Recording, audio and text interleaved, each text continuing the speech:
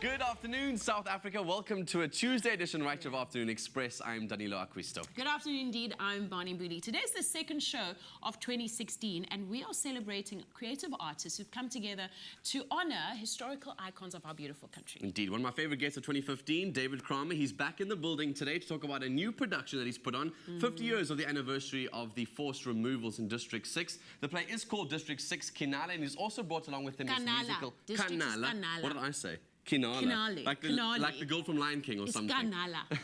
We're also joined by the musical director in the building with us today, which should be very, very exciting.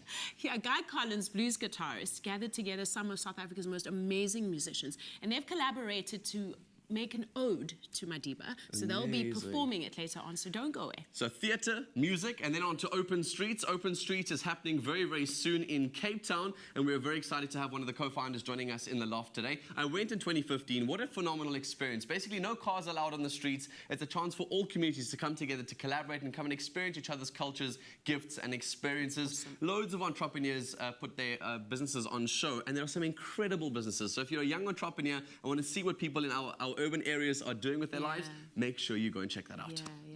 Our favourite hottie Jeannie's in the kitchen. Thanks, guys. How Danilo.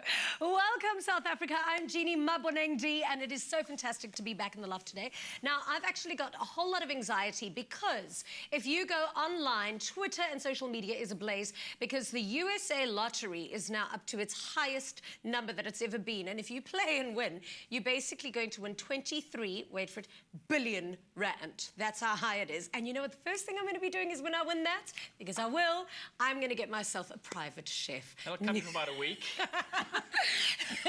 That'll cover a week? Yeah. Are you that expensive? Depends how much you eat. Oh, no. You're going to put me on a street. There we go, yeah. Welcome, Neill Anthony. Thank I you. thought the idea of having a private chef in the kitchen is that I didn't have to cook. That's but I'm it, cooking yeah. with You're you not today. cooking at all.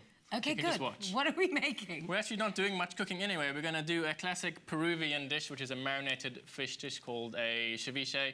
And then we're going to just serve it with some garlic toasted croutons, and that's about it, really. Okay, I love ceviche. So I actually need to learn how to cook this because very fast, very simple, impressive. very fresh. Okay, good. Thank you for teaching me. And you can learn as well. All you need to do is visit our website, afternoonexpress.co.za, and on there you'll find our shopping list and, of course, this amazing recipe for ceviche. But for now, Bunny is on the couch with our very first guest, the legendary David Kramer. This year, 50 years ago, the 11th of February 1966, marked the start of the destruction of District 6, the multicultural former residential area in Cape Town. Over 60,000 of its inhabitants were forcibly removed by what was called the Group Areas Act. To mark its 50th anniversary, the Fugard Theatre, situated in the heart of District 6, will present a musical tribute, District 6 Kanala, created and directed by David Kramer, to celebrate the vibrant musical culture of this historical era during the 1960s. We're joined by David Kramer and musical director Alistair Izobell. Welcome to the loft, gentlemen. Happy New Year. Thank you very much. You too. Now, I've heard Kanala thrown around colloquially, and it's a slang word, right? And what does it actually mean? It means please. Please? Yes. Won't you give me that Kanala? And where does it derive from? Well, I think it's probably an Indonesian, would have come from the east, you know, when the Dutch brought the slaves to the Cape.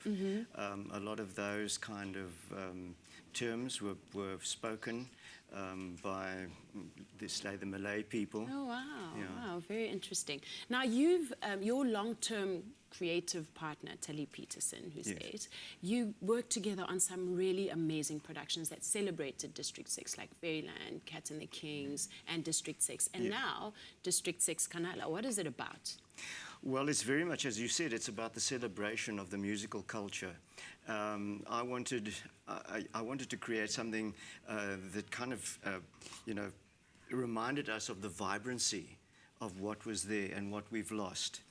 Because District 6 was the heart of Cape Town, and that heart was ripped out. Wow. And when you think of District 6, there was so much musical culture in District 6. You know, the Malay choirs, the klops, the marching bands, you know, the musicians singing on the stage at the Star Bioscope. Yes. I mean, do you think that's a story that's told enough? I mean, you have inside stories. I'm sure you guys have friends and relatives and that stories that make up this show. What are some of the ones that have moved you deeply?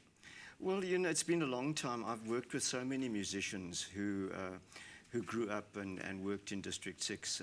When I started working with Tali Peterson 30 years ago, I met with all these people. And I was, so intrigued and taken by the stories that they told of the hardship of being a non-white performer in the apartheid years. Yeah, it was difficult, and I think it's good to remind, the new generation of what it was like, but also the resilience of the performers that you found in that time. So that's what I'm trying to recreate that in a larger than life way. Yeah. And Alistair, you've collaborated with David over time, and you're also the musical director in the show. What can audiences expect musically? Well, I think it's important to understand that this is a celebration of work over 30 years of David and the late Tali Peterson. I come as a 10-year-old boy. I was auditioning for David and Tali for District 6, the musical, yes. And 30 years later, I'm the musical director for this genius and the late Talib's work. So Isn't that a dream come true? So it's not only celebratory to me, it's also a huge honor to be able to tell our people's stories, and that across the board, because it was a multicultural place, a cosmopolitan, vibrant city that we were introduced to as kids into this world that didn't exist for us. But all of a sudden, as children, we were introduced to people reminiscing about this. And District 6, for example, was a healing process for people, multiculturally. And so reflecting on it now, not only do I know the heartbeat of the lyrics that were penned by David and Talib, but every note, every beat of the music. So it's really, really humbling to be able to introduce it to young people who have no relation to it. And so it's not only sexy, it's not only educational, it's not only a huge evening of celebration and entertainment. So I think people will be... It's a history lesson. Yes, it is. And I think they'll be warmed by the fact that they get a sneak peek into this incredible journey over 30 years. Yeah. You're also showcasing a dynamically talented cast, people like Lukman Adams and Bianca Lagrange. Who else is in the cast? Well, we've just come out of Orpheus in Africa, and one of the new talent finds that we had there was Neill Anthony, who played one of the comedians. And what I heard backstage was that he has a fantastic operatic voice. And so he has this very powerful voice. He's a very funny man. So I've included him. I've also included other people from Orpheus, like Natasha Hess, and then I like to take some really, people who've experienced talent, like Lukman Adams, and then mix them with some absolutely newcomers, like we've got Cleo Russ, who's just come out of university. So it's a lovely mix of incredibly talented people. That's amazing. Would you say the music captures the culture? Absolutely, without a doubt, because it was penned from an honest place. It was penned from a point of emotion, and when it's done that way, it will have longevity and become evergreen anthemic songs, as David and Talib have written over the last 3 decades. Why do you think it's important for us to keep telling these stories and reenacting what happened? I think it is important that we shouldn't forget our history, our heritage. I think history, if you understand history, you can understand why the situation is what it is today. And I think if we don't keep going back and reminding ourselves of the iniquities of what happened, say, under apartheid.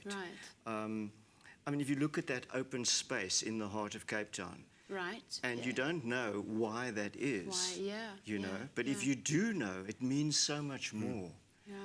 So I think it's very important for each generation. When people die, we don't just want to forget them. We want to keep a photograph of them. We want to tell stories of them. We want to honor them by remembering them.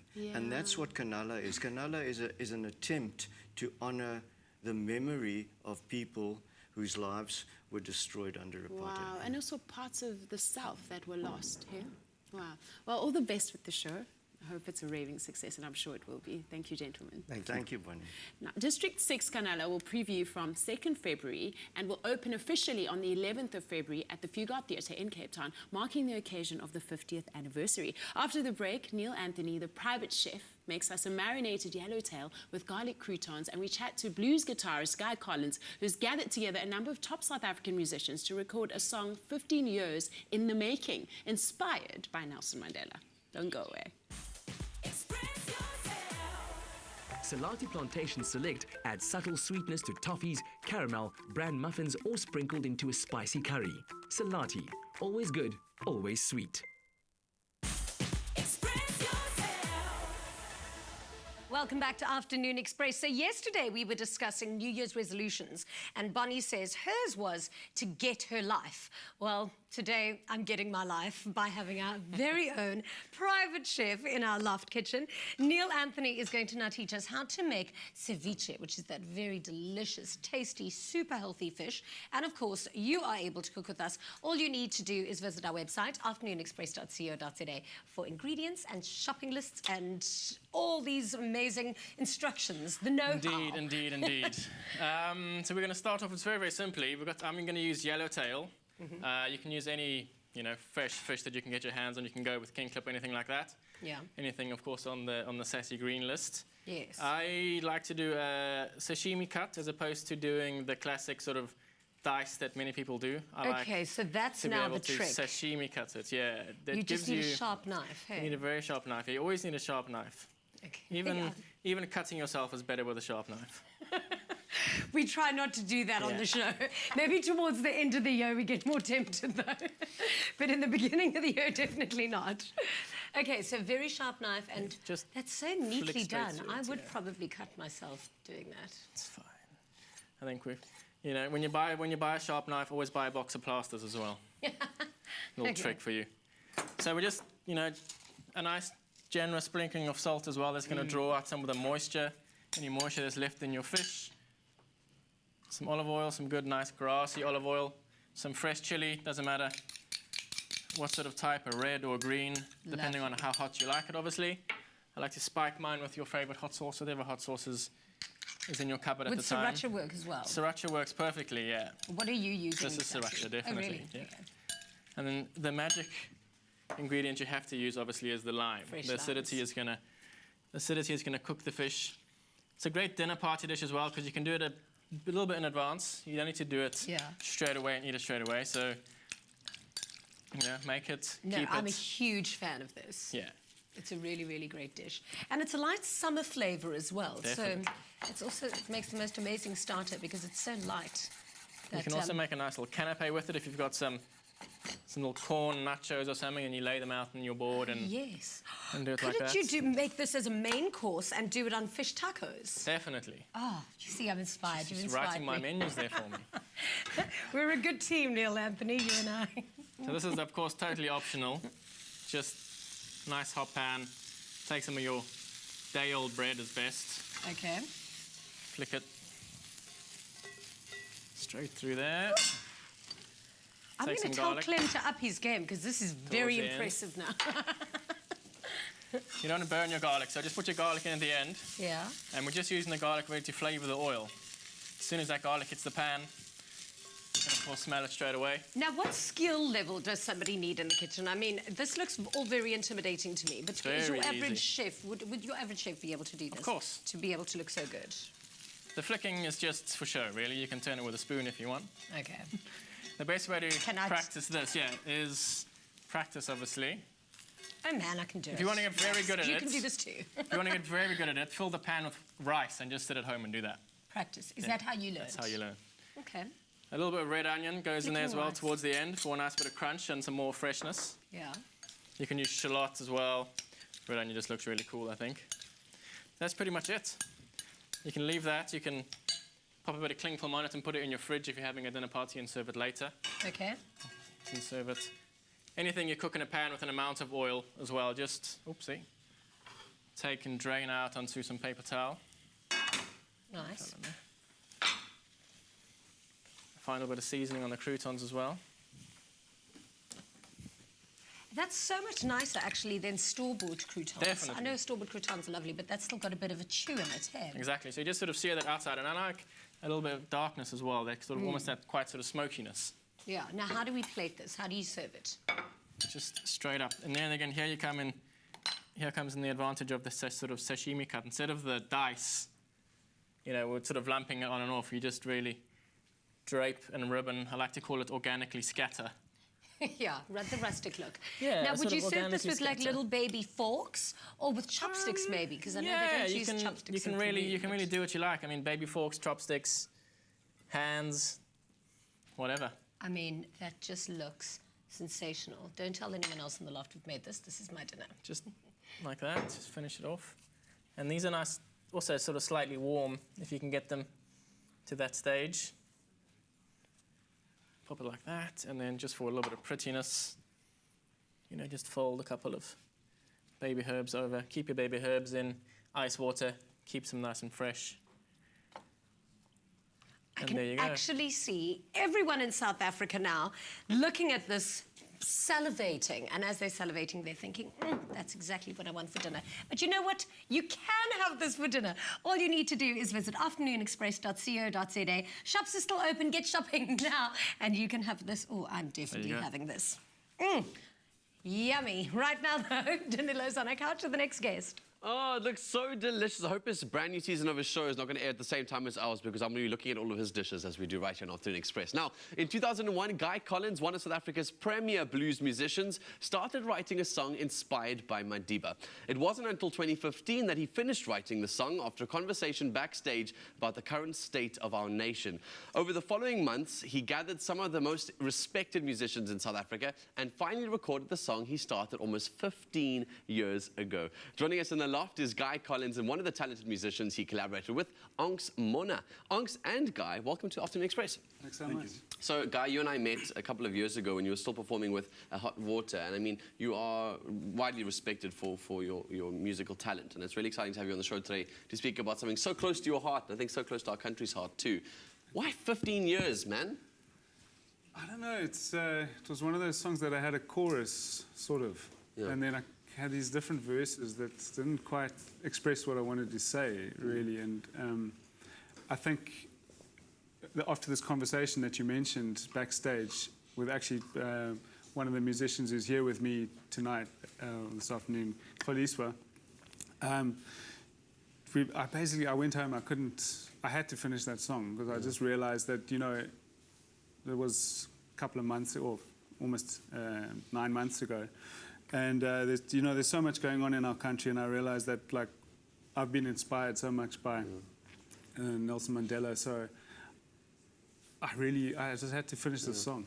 So what happened in 2001 that you had this idea of wanting to spread Madiba's message? Because a lot of people have, and we discussed it on the show not too long ago, about people idolizing Madiba and building him up to be this massive character who he was and inspired entire country and the world, in fact. What happened to you, though, in 2001 that made you want to write something? Well, I went traveling. I left South Africa, and I think a whole lot of things fell into a very different perspective for me by going away for the first time and, you know, seeing Europe, seeing Southeast Asia, just backpacking.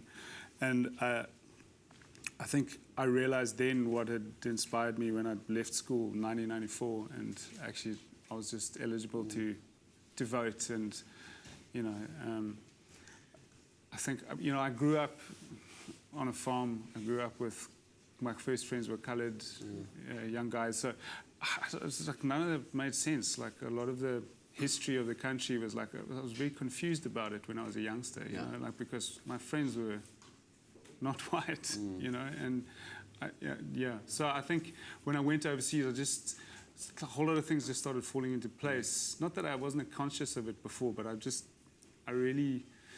realized what Nelson Mandela had inspired in me, not what I think. I mean, it would be arrogant to say that I know what he wanted, you know, what anyone else wanted, but I realized that he'd inspired like a love for human beings. Yeah, and I think he had a vision, like a vision for the country, but he also had a vision of collaboration. He had a vision of people coming together at a specific time. And it's so funny that your song is, just besides the lyrics of it, A Long Way to Freedom, it's also the way that it was put together has been a process of that. I mean, it was a huge collaboration between all of you for one singular vision to write a beautiful piece of music, which is what you guys have done. And obviously, you're one of the contributors to this. People, 90%, the last time we saw you on Afternoon Express was playing the guitar, and here you are doing vocals on this single itself. What does this song mean to you? Why did you choose to collaborate?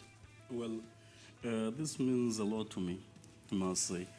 I think I remember the day guy rang me.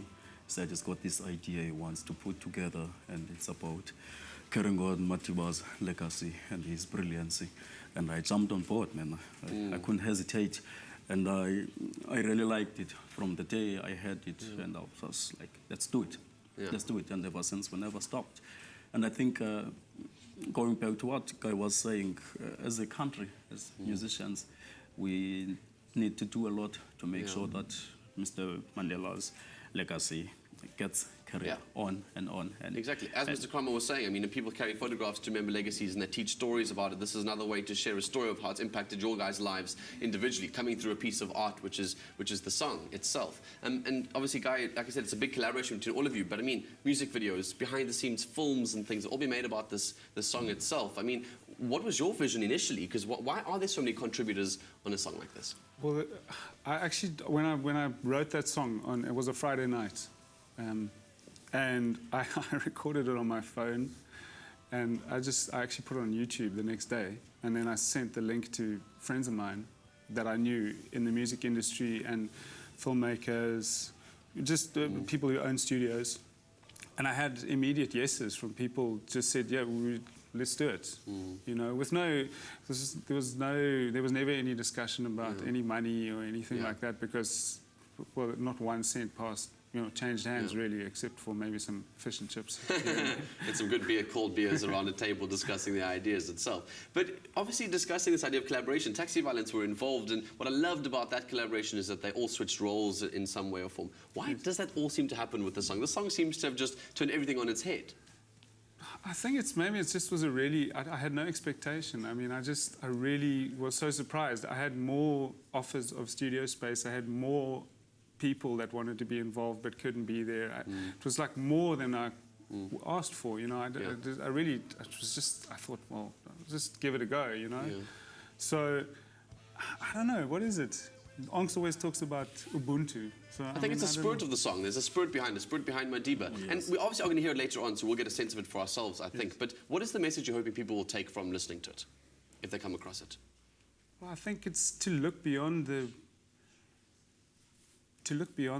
banal, petty things that we tend to get mixed up in, and concentrate on, like, I don't know how else to say it except like base emotions and, things that are really self-centered about the way that we view our place in our country and society. I think that's what I got from Nelson Mandela, is to be inspired to actually become more human. Yeah.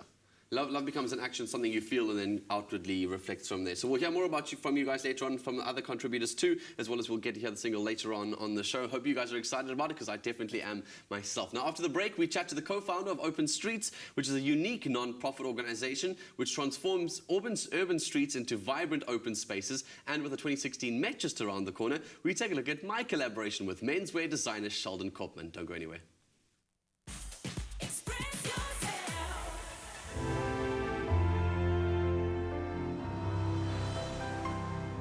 Fresh Pack. Goodness comes naturally.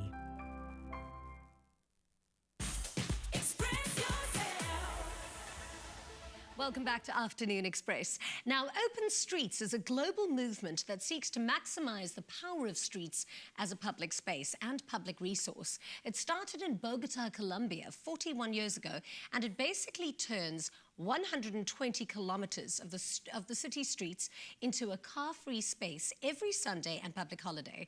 Today, it is their largest national recreational program and has been exported to hundreds of cities around the world. In 2012, Cape Town adopted the idea, and joining us to chat more about it is the co-founder and managing director of Open Streets, Marcela Guerrero Casas. Welcome to the show. Thank you so much for having me. What a fantastic concept. Where did this all come from? Well, I incidentally happened to meet the founder of Ciclovia in Colombia last year. He was an architect trained in the US, came back to Colombia and decided this whole thing about urban sprawl is nonsense. You know, we really need to rethink public space. And he went to the mayor and said, how about we shut down 15 kilometers of streets and get people on their bicycles? And it was that simple. They tried it. And it very quickly became a decree, basically a bylaw in the city. And today it's a program, as you said, the largest recreational program in the country. Sure, but that must have taken some convincing. So, I mean, having that idea, knowing that it worked in Colombia, how did you then persuade the local government, I suppose, to then agree to it? Well, it's been sort of a two-pronged approach. The city of Cape Town has been involved from the beginning, and it is because of the city of Cape Town that we're able to do this. But it's been driven by citizens. So I spoke to many individuals who had an interest in the city more broadly, but specifically on public space. And the response was always, this is a great idea, it would be so cool to do it, let's try it. And that's what we did in 2013 in Ops, and we've been doing it in different parts of Cape Town. Was this related to when Cape Town won Design Capital of the World, and they had to take little pockets around the city and uplift them? Is this around the same time that that happened? It coincides. We started in 2012. That was really the early conversations. We tried it for the first time in 2013, and when 2014 came around, we were already gaining a little bit of momentum. So it sort of overlapped. So what streets have you already taken over? Well, we've done Bree last year, which we're doing again this Sunday. We've done Washington Drive in Langa, which is the main street in Langa. We've done Fort Tracker Road in Belleville. Amazing. And Lower Main Road in Ops. Okay, fantastic. Now let's chat about the Langa streets that you took over. I mean, what was that experience like? It was amazing. We did it for the first time in March last year, and to be honest, we weren't sure. You know, we had a lot of support, but on the day, the number of people that came out, the kids, the number of activities that were on display was really inspiring. So much so that we went back in October last year. And actually November, and did it again. It seems to me that it will create such an amazing sense of community. But how is this different to your regular block party? Yeah, that's a very good question. We often say, well, it's not a festival, it's not a party, it's not a market, so what is it? And really, we're not changing anything about the street. We're simply taking cars out of the space. That is it. Obviously, because it's a short street in comparison to the Ciclovia model of Latin America, we find that people just come out in numbers and they want to dance and they want to perform and they want to play, and almost there isn't enough space for things to happen. So it is a celebration of public space. That's the way we like to look at it. Maybe one key difference is that on the day, all the bylaws apply, so there's no drinking on the street, you know, there's no infrastructure. Really, the only change is the cars are out and people are in. And then what are you bringing in exactly? So what kind of, is it the businesses in the community that are showing off or selling food or toys or games? I don't know. It's a combination of activities. So we do have businesses in the area that stay open, and we invite them to be creative on the day. So we say to them, you know, kind of maybe bring the chairs onto the pavement, but try to do something different. Have a game for the kids, or, you know, teach people something about your business. You know, try to engage differently. But we also have our followers, you know, who've been going to almost every single Open Streets with things like capoeira, yoga, street soccer, street cricket. Oh, how wonderful. Now, what criteria, I suppose, does an area need for you to be able to take over one of their streets? Like, are you considering moving to Johannesburg at any point and then doing the same thing there? Well, for us, any and every Open Streets could be Open Streets. Obviously, there are restrictions. The experience we've had in Cape Town, which obviously differs from other cities, is that we need to select streets that are not a major artery, so that traffic is not going to be all of a sudden completely blocked. That has a nice mix of residents and businesses. Also, that has the potential for change. For us, that is really important. So we don't do Open Streets for the sake of playing on the street. It's really about how do we transform this space permanently. And if we find that there is that potential, then we can work with communities communities and civil society and government to do that.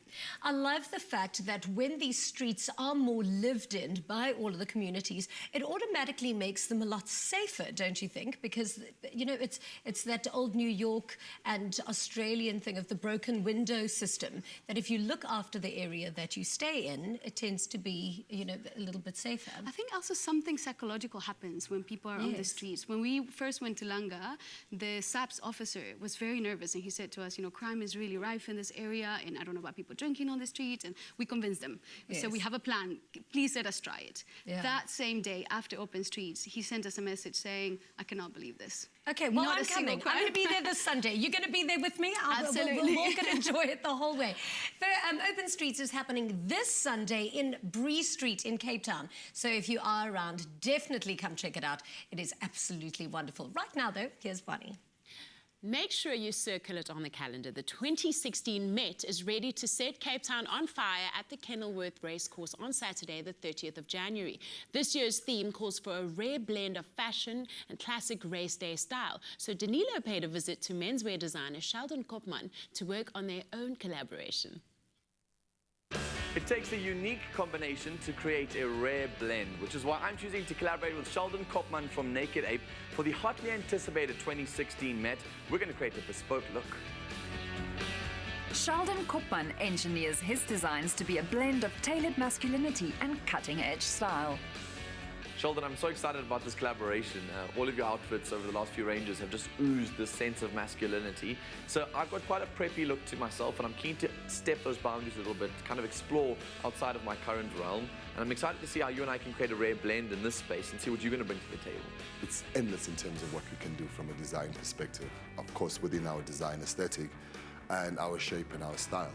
But when it comes to fabrication, we play, and we play beautifully. So according to what the brief is all about, I think, yeah, we just need to understand how far you're willing to take it. I tend to always try and dress myself up, which means minimal clothing. It's usually just a suit jacket and a shirt and pants and a pair of shoes. I'm kind of interested to try out the accessory route, to look at ways to break out of that formal show. Keeping a formal silhouette is well achievable, but you can push the boundaries when it comes to fabrication, absolutely. Bear in mind too, that it's hotter. That time of the year, it's boiling. So you've got to look at fabrics that are breathable, fabrics that allow you to layer easily, but also once you peel those layers off, you have still quite an exquisite ensemble going on. I've brought through a box of inspiration with me. So this is just ideas, things to spark your interest and to get you thinking and getting creative. First of all, the box itself has got nice ropes and leathers and stitches on it, so I think that gives it a nice sense of masculinity to it. I've brought through a cologne of mine that is also, it's leather bound. It's got that real sense of man in it, which I enjoyed. On my recent trip to Turkey, I bought myself a pocket watch. But I bought myself a modern pocket watch, and this again has that vintage feel to it with a modern twist. So I really like the fact that it's timeless. It's something that everybody wants to have. It's desirable. I really like that look.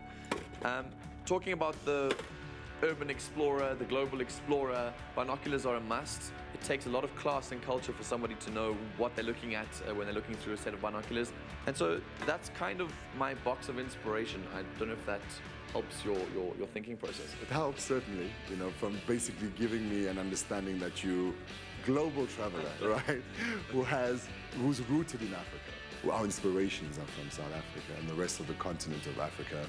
We love what the Europeans do from a construction perspective, but we have style, we've got creativity, we've got an abundance of creativity. So we want to keep it within those parameters as well. Well, Sheldon, the next time I'm going to see you will be when we're discussing textures and patterns and colors. So get your thinking cap on and let's make magic. Stay tuned as Sheldon and Danilo create a rare blend of fashion for the Met.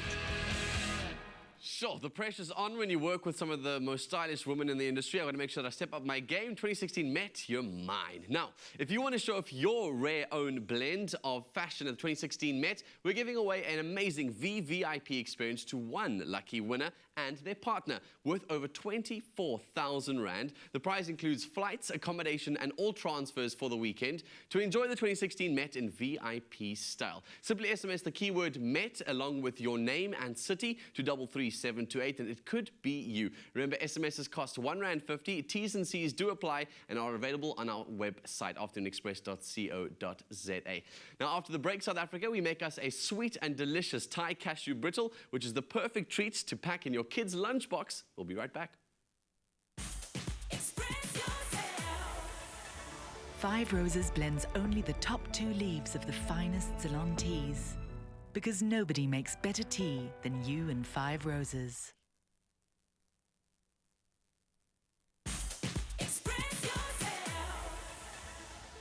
Welcome back to Afternoon Express live on SABC3. It's the beginning of the year and almost back to school. So if you're looking for something sweet to pack into your kid's lunchbox, we have just the thing for you. Today we have Megan Daniels to make us a Thai cashew brittle, which can be used as the perfect crunch crumbled over vanilla ice cream or neatly packed for a tasty back-to-school treat. Hello, Megan. How are you doing? I'm very well. How are you? I'm good, thank you. I'm so excited because I absolutely love cashew brittle or peanut brittle or any brittle. Well, I like it too, but I've got a bit more of a savoury tooth than a sweet tooth. So that's why I've come up with like the Thai flavours in there. Right, right. So this one is actually for TV purposes at the moment. But how we start this whole recipe is basically we just throw water. Water and your salati sugar into a pan, and that's going to create the base of your brittle. Right. Is this your caramel, basically? Yeah, that's basically what it's going to be doing. Wow. So this is going to swirl together and then become nice and caramel. Can you use and any other type of sugar? This is the best one to kind of use, just because like the granules just like melt dissolve so quickly. beautifully. Yeah, okay. yeah. Okay. So this is basically what it's going to come to. Trick is do not stir it. Sugar is very, very temperamental, so just stir. Just like that, really. Just swirl around. You obviously need a really good pan, though. True. Yeah. You need a non-stick, beautiful pan. Yeah. So basically, wait until it's just I'm going to switch this one off, but wait until it's just starting to kind of become amber. And then, you know, it's ready. So then we're going to start adding our Thai flavors. Okay. So I've got some sambal ulik, which is basically an Asian chili paste. Oh. So that's going to give it some heat and deliciousness. Yeah. And remember, all this information is on our website, afternoonexpress.co.za. Some lemongrass. Okay, lemongrass. Yeah. That's interesting. That's the Thai flavours. So you just grated that? Yes, just grated it really fine. See, so you can continue to just stir it around and then you'll get all your flavours and some garlic. I mean, some ginger, sorry. Ginger. Yeah, some ginger. You've got that going. I'm so tempted to stir it. I know, but don't. It will seize up on you. So if you just put the cashew nuts onto the sheet for me. Onto the sheet. See, just look how beautiful that's looking. So we've just put a baking sheet on here. Yes. You can spray it just to stop anything from kind of sticking. So then we're just going to add this all over. And is it just going to diffuse by itself? Yes, it will just, that's the beauty of the sugar. It just kind of, you know, melts through together, which is absolutely awesome. There we go. And then, obviously, we've got our finished one. Our ready-made one. So because of what you did so wonderfully yesterday. Yesterday? Smashing. I'm a smasher. So we're going to smash this. It's all yours. Okay, cool. And you're just going to go, you can just drop it straight from the top. Just do it. Are you serious? Yeah, just do it. Just smash it. There we go. There we go. Wow, that is so cool. Look at that. And then, of course, with your rich vanilla smashed ice cream, we are just going to add the perfect cashew nut brittle. That looks absolutely amazing. You can continue smashing them. Yeah, I'm going to taste that. Yeah. Oh, it's absolutely amazing. Recipe on our website, full shopping list, afternoonexpress.co.za. Let's head back to Danilo with some musical treats. Indeed, right here on Afternoon Express, we've got some of the best musicians in the loft with us today. Earlier, we spoke to Guy about the story and inspiration behind the song Long Way to Freedom. We're joined now by more of the artists who have collaborated with Guy in recording and performing this song. Guys, really cool to have you all in the loft with us today. But Balo, let's start with you, man. Obviously, you added a whole new flavor to this song. The idea of chanting was incorporated, and it's added a whole new South African feel to the song. What is your process and involvement? Well, yeah, like when Guy first met us, you know, he told us about this song and he was excited. And when he told us about the concept of the song, I was like, okay, cool. Let's create this chant, you know, like freedom. We want freedom, you know. like Nkululeko Siyayifuna, then that's all where it started. And that's deep within our culture, I think, this idea of chanting and building things and hyping people up as we go along. Yeah, we're trying to come with something African, you know, like because of, if you listen to the song, there's those taxi vibes that are there, you know, so the chanting, so yeah, it all blended together. You're a pivotal part of the song, I'm sure, if we're going to bring our country together. And then also, Xolisa, very cool to have you with us in the loft today. Obviously, we've seen you perform a few times too, and I love, love, love your vocals on this song. What did you bring to the song, and what are you hoping that it will do for South Africans? There's a part in the song that speaks about love and peace. So I would really, really love to see, like, people, like everyone. Yeah, coming together. Coming together, love and peace. That's sure. Guy, I think that's your big dream too. I heard when I was speaking to you off air and doing some research on the song itself, you mentioned the song being dedicated to the phoenix, and that story is so beautiful about coming through fire in order to rise. Tell us more about that story. Well, you know, I've had some experiences in my life where I suppose I could say in a small way, I've experienced that kind of having to burn up, face the fire to actually come to a new understanding of life or a new understanding of something. So, you know, I have a lot of empathy for that kind of process and also, you know, admiration for that process. I think that's what inspired me about Nelson Mandela as someone who's actually faced the fire. You know? And he rose out of that to become that massive phoenix that he was. Guys, we're looking forward to this performance. It's going to be coming your way, South Africa, very, very soon, right here on Afternoon Express. Hope you guys are excited as I am right here on the show. The phoenix is about to fly. Don't go anywhere.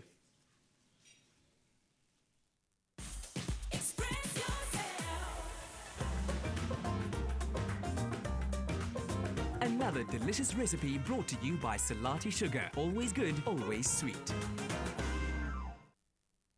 Clicks. Feel good, pay less.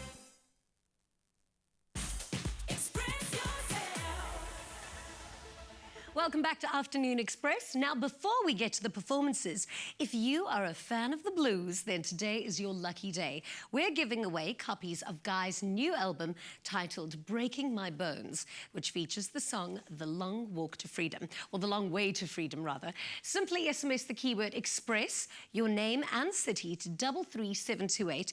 SMSs cost R1.50 each. T's and C's do apply and are available on our website, afternoonexpress.co.za. Now, though, as promised, here is Guy Collins and friends with The Long Way to Freedom. Enjoy.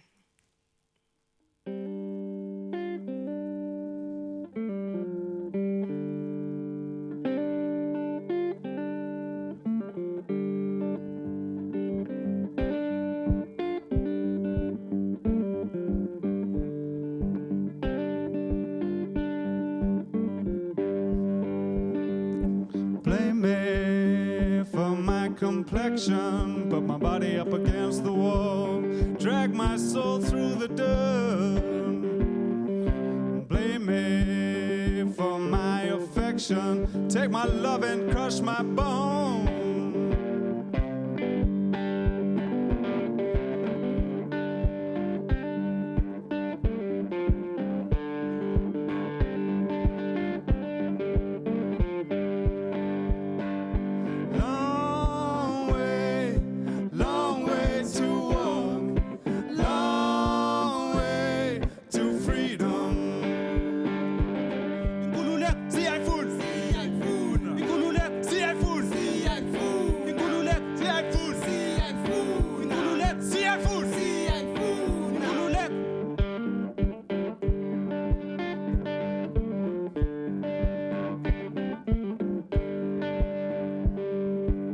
Some people look into the shadows, jump at the ghost in their own head.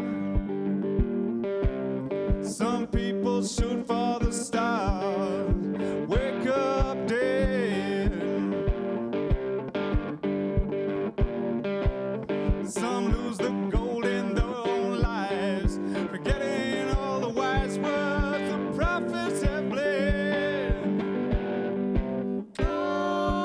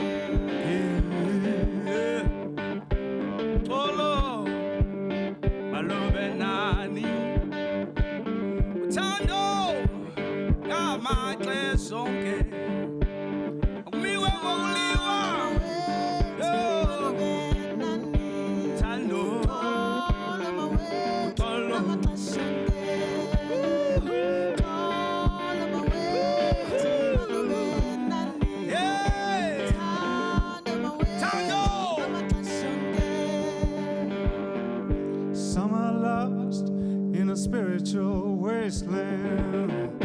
Some give in to material desire. Some are locked up in chains, reaching for the sun.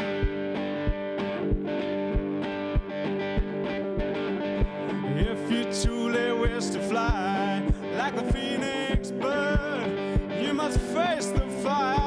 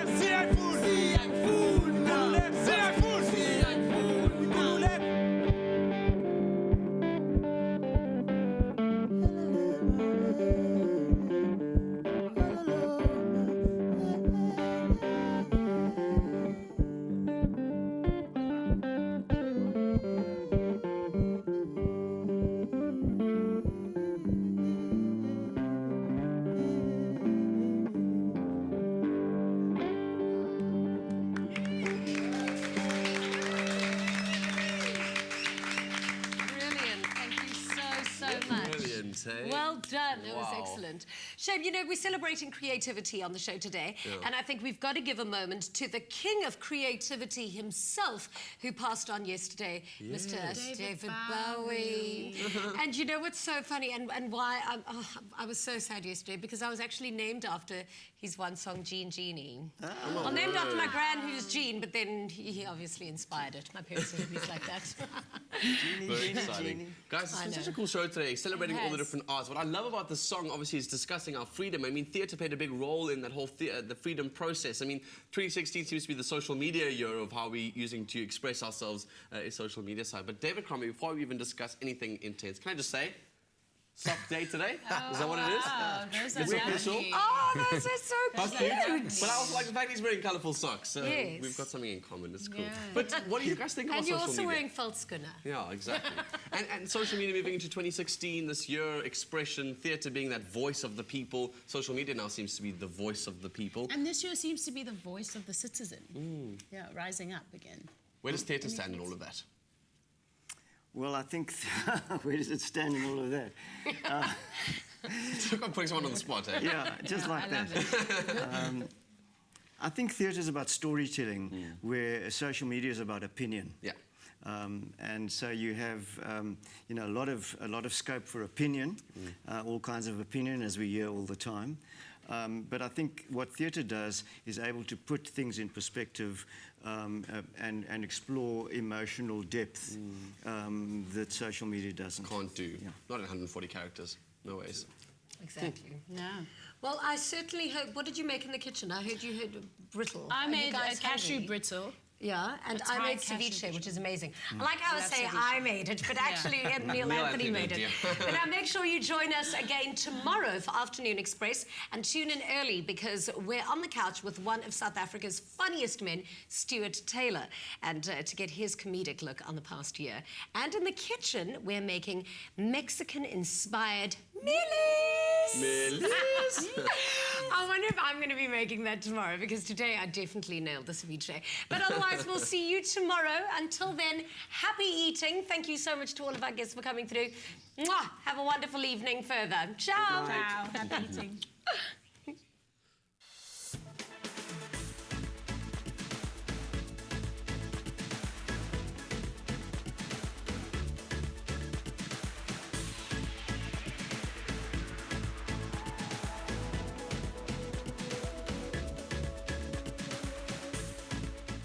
Another feel-good production.